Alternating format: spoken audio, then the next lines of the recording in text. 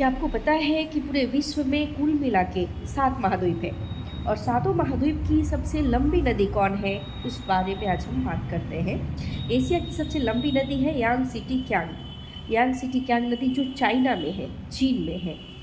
दूसरी है यूरोप की सबसे लंबी नदी वोल्गा नदी। अफ्रीका की सबसे लंबी नदी नील नदी। उत्तरी अमेरिका की सबसे लंबी नदी मिसिसिपी मिसौरी। दक्षिण अमेरिका की सबसे लंबी नदी अमेजन नदी। ऑस्ट्रेलिया की सबसे बड़ी नदी मर्रे नदी।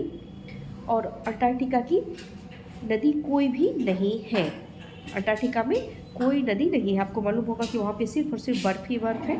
तो इस तरीके से सातों महाद्वीप की सबसे लंबी नदी हम बेहतर ढंग से समझ गए, जान गए। एक बार पुनः, एशिया की सबसे लंबी नदी यांगसिटी क्यांग, जो चीन में है।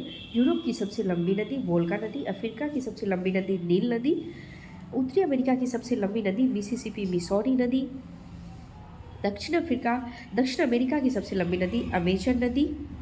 ऑस्ट्रेलिया की सबसे लंबी नदी मर्रे डार्लिंग ऑस्ट्रेलिया में ही बहती है। अंटार्कटिका की कोई भी नदी नहीं है।